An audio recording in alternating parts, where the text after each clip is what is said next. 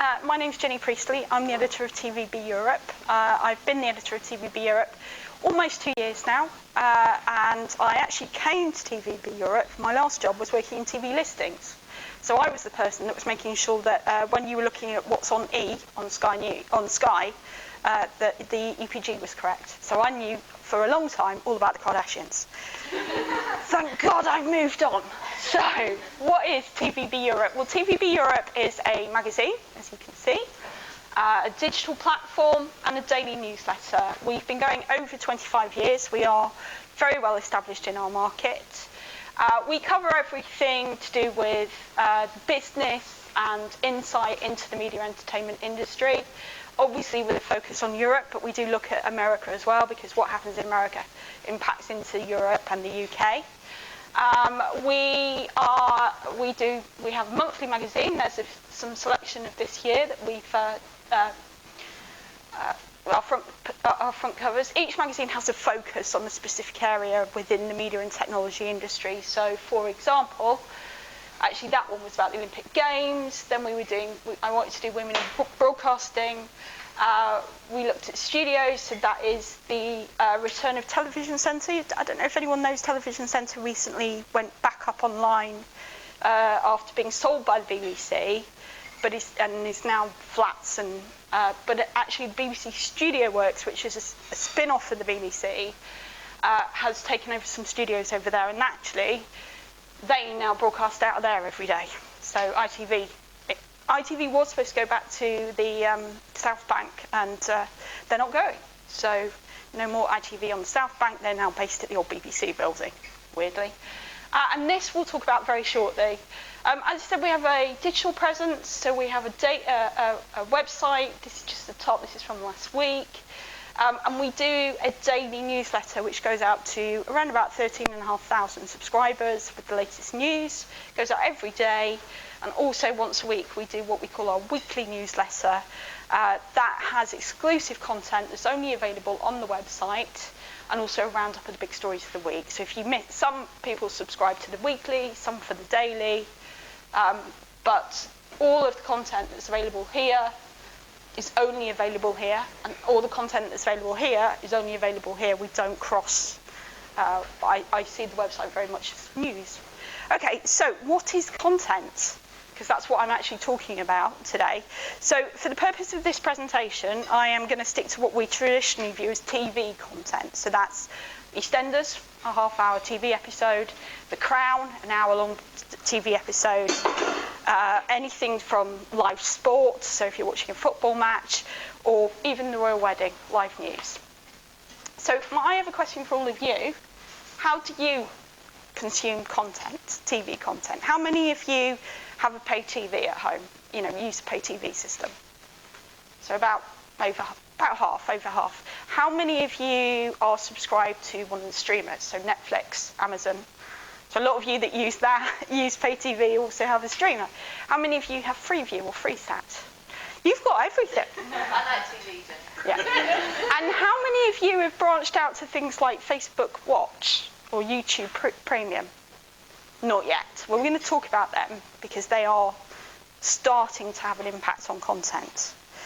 I mean, if you just think back 5-10 years ago, and all of those platforms that we've just talked about, so for example Netflix or Amazon or YouTube, none of us were watching TV that way. We were all watching the old linear broadcast, and a lot of us still do. We were watching via Sky or Virgin Media or FreeSat, etc., etc. So that's how much the content landscape has changed, really, in the last 5 years, and it's continuing to change.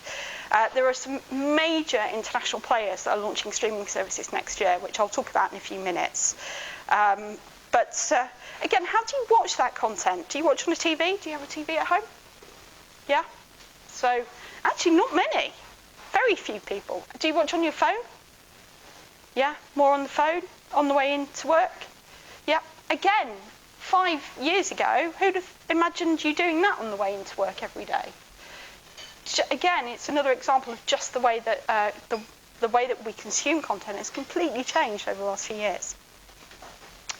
So I just mentioned linear TV, and so I thought I'd ask, this is a question we've been asking a lot recently, is linear TV really dead? And I realised that when I use this image... Sorry to interrupt you.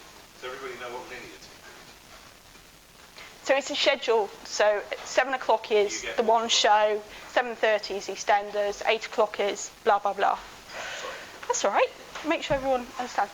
Yeah, I realised when I the really dead bit, and I put the bodyguard up, and I went, oh, actually, there was a whole storyline in that. Anyway, it was all unintentional.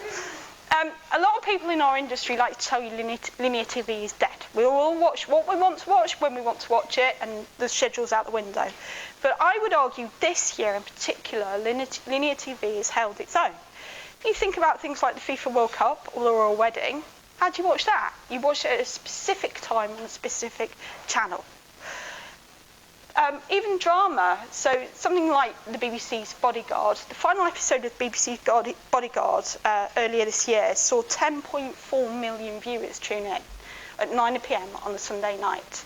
That was the biggest drama episode on UK TV since 2011, the second Series 2 finale of Downton Abbey, which had 11.5 million, and this had 11.4 million. So if someone's telling you that linear TV isn't being watched, it absolutely is. Strictly, for example.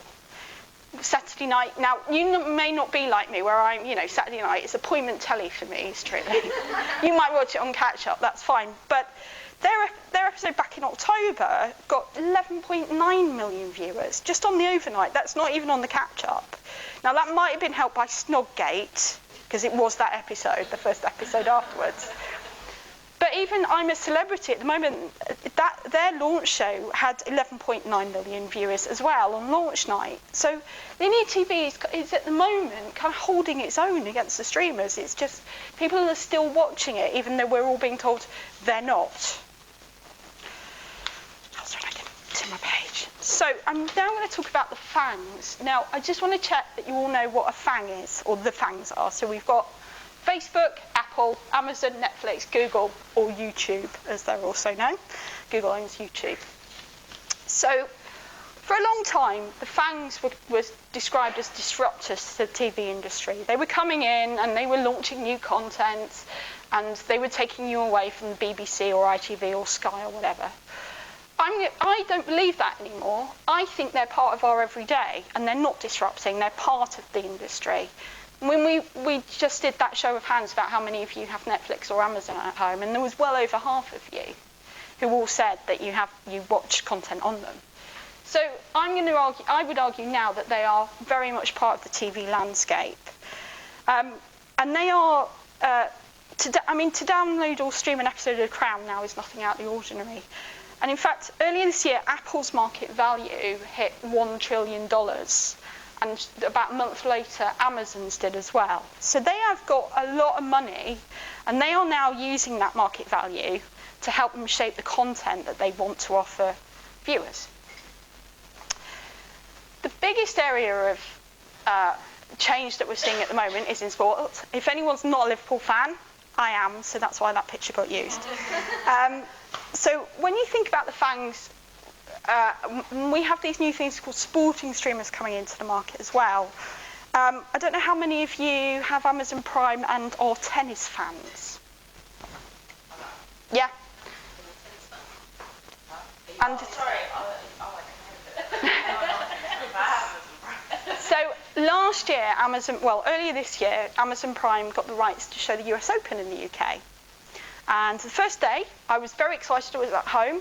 I signed up for Amazon Prime, and I watched it through Roku. And Amazon Prime had been saying, no, you can watch the US Open for free as part of your Amazon Prime. It doesn't matter what device you're watching on. I went to watch Andy Murray's match. Couldn't you watch it? It wasn't available. But they hadn't told me that when I'd spent that money.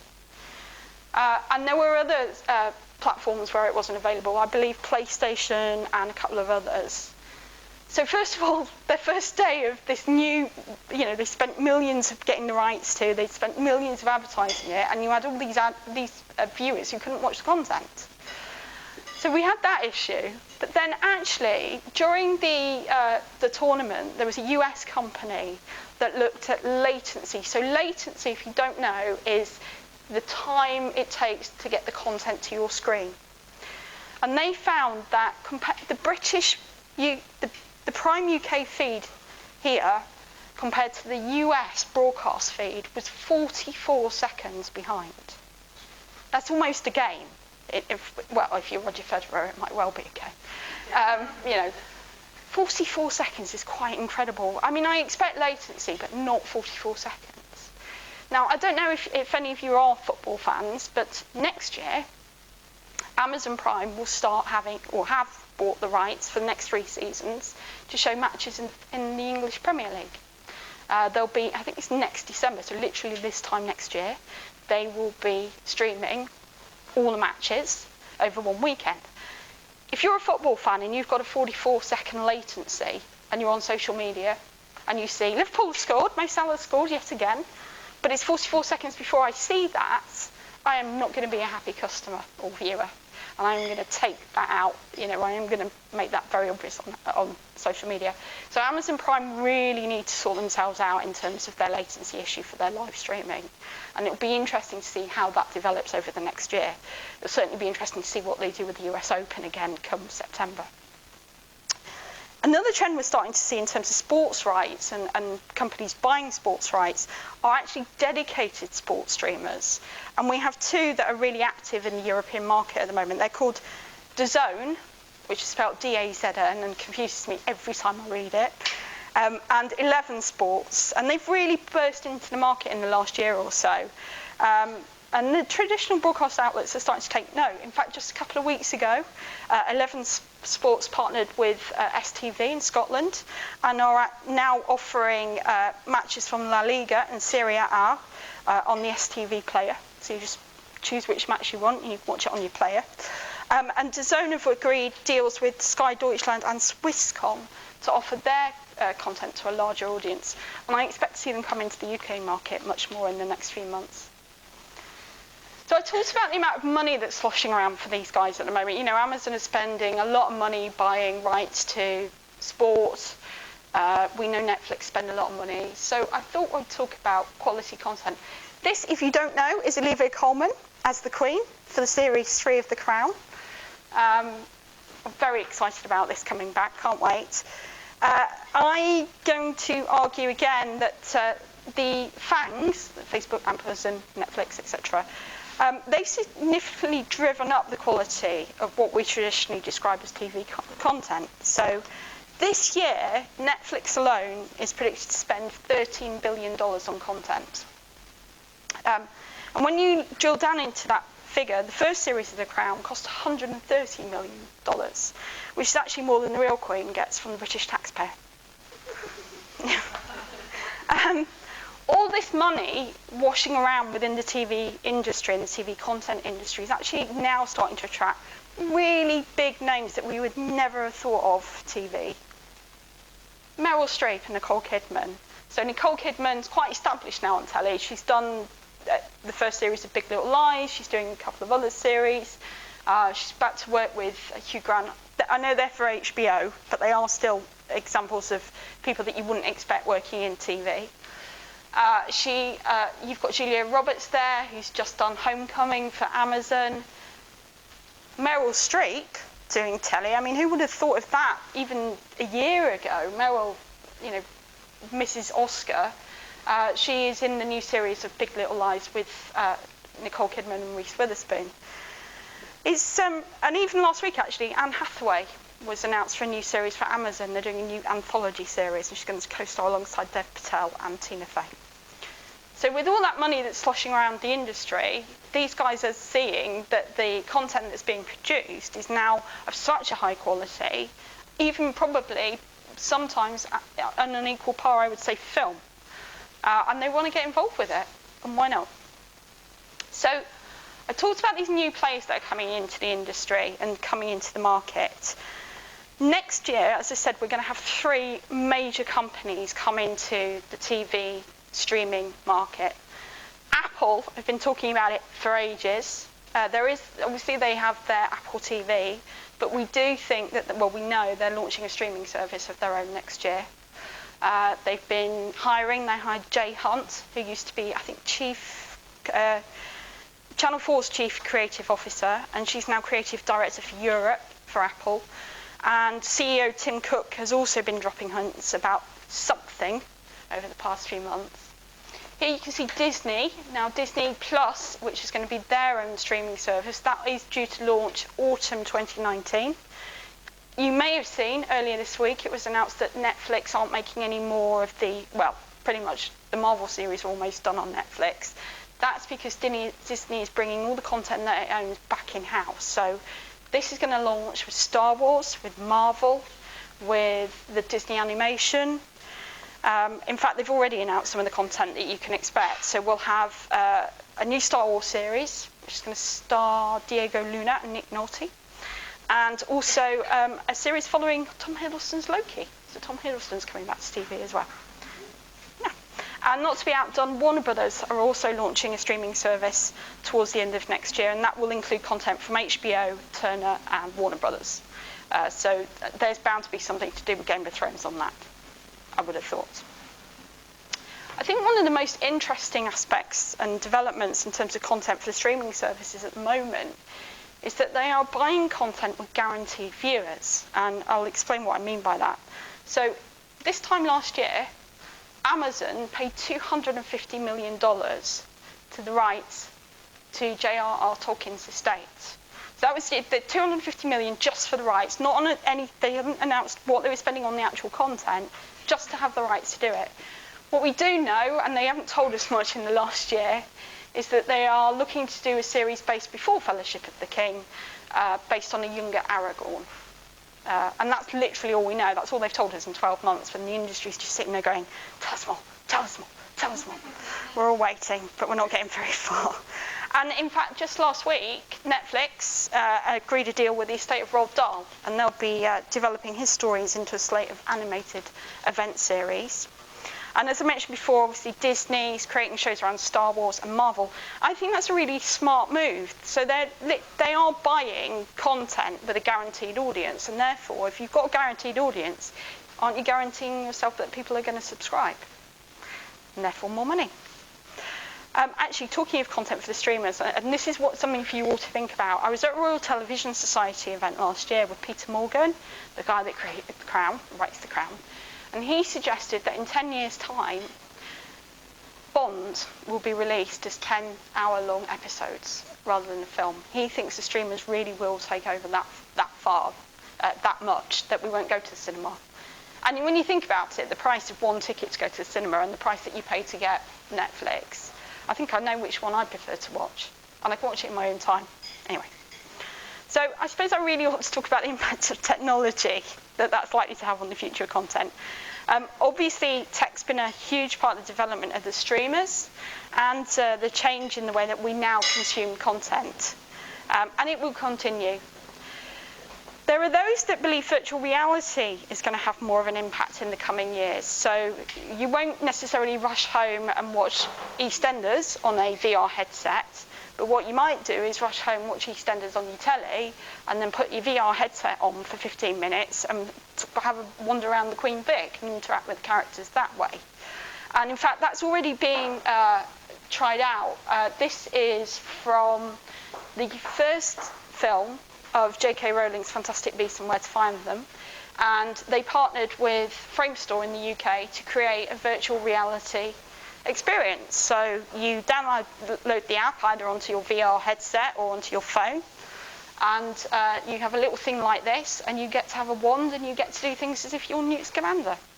And that's already people realising that VR is there to be not necessarily take over from the content, but to be a value add-on to the content that they're producing. There's also artificial intelligence. Now, you might wonder what impact AI is going to have on the content you watch, but the broadcasters and streamers are currently looking at AI to help them serve up content. So we could be saying goodbye to the dreaded Netflix algorithm, which I think we'd all be quite pleased about.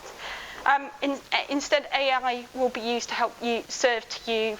Well, AI and machine learning will help serve you what you watch. So if you watch this, will you like this? If you've watched that with Robert Downey Jr., you want to try that, etc., etc. And I know that one major UK pay TV company is actually looking at AI to help produce EPGs. So if I was still at my old company, I'd be kind of quaking in my boots at the moment. In fact, AI could completely change the way that we watch TV and we watch content, because earlier this summer, 4 researchers at the University of Washington collaborated with Facebook and Google to turn video into fully interactive holograms. And I'm really sorry, there's no sound to this, but I hopefully can talk you through it if I can get it to work. So this is to do with the World Cup and soccer on your tabletop. So you guys could be sat here watching something here. This is what they did. So they did some reality capture and managed to project this onto a tabletop. And you can see a little bit, it's a little bit grainy. It's even more grainy because it's coming off the computer at the moment. But you can see they took it from YouTube and they recreated this using artificial intelligence. And I think this is where you see actually, what they did. So it's a little bit rusty, but I think it's really exciting as to where it could go. And, you know, come the FIFA 2022, you know, we, instead of all gathering around the TV set, we could all be gathering around the table to watch England crash out. Okay. I'm going to stop that now because I just wanted you to get a quick overview. But if anyone wants a link, you can find it on the TVBEurope website, actually. Right. Okay, so I talked about a little bit about something called Facebook Watch, and I haven't really talked about social media platforms. You can watch live content on Facebook, on Twitter. They've had deals in place with some of the big US sports around the world for a while now. Obviously, if you're an Instagram fan, IGTV launched earlier this year. But Facebook's really now moving into traditional TV content, and this is following the launch of Facebook Watch, which is what I'm showing you here. Now, this launched in the US last year and launched in Europe this autumn. They've partnered with the likes of WWE and Discovery, who are creating content specifically for Facebook Watch. But they've also started to create their own content. And in fact, just a few weeks ago, they launched a series called American Pageant, starring Catherine Zeta-Jones. Who would think of Catherine Zeta-Jones on Facebook? Which is quite incredible. We haven't had any viewing figures for that yet, so it'd be interesting to see. I think Facebook Watch is still trying to find its feet very much in Europe. I think it's got more of a...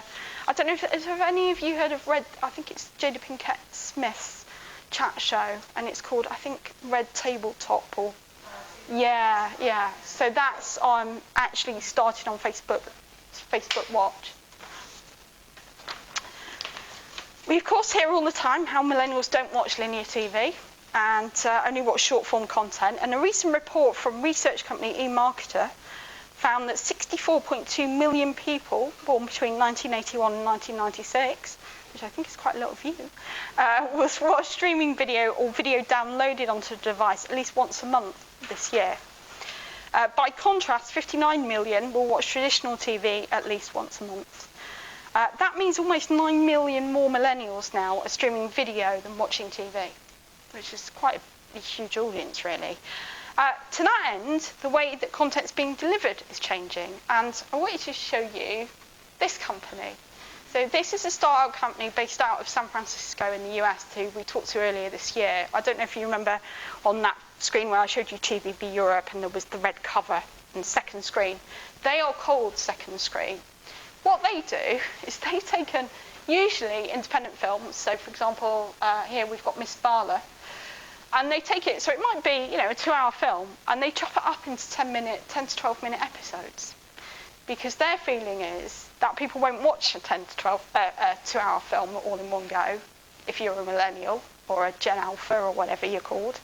You will watch it in a 10 to 12-minute episode, and then you'll binge watch it. So you might watch half the film, but you feel like you're binge watching as you would do if you were watching, well, the way I watch The Crown.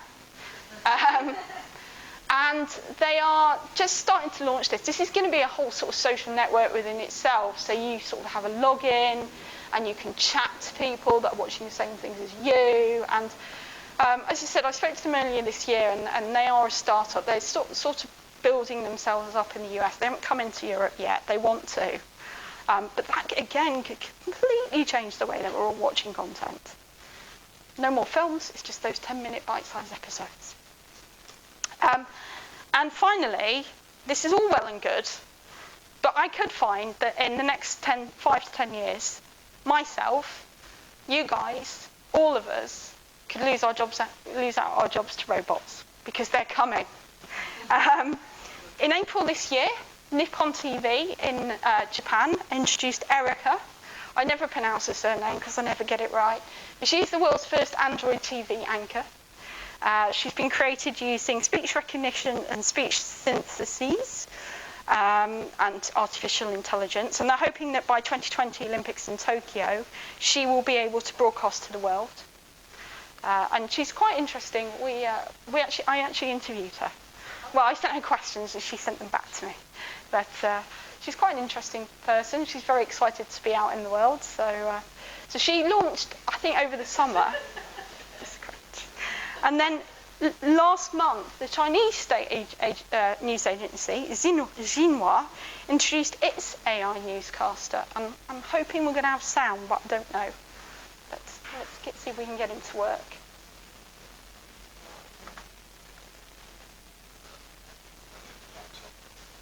Oh.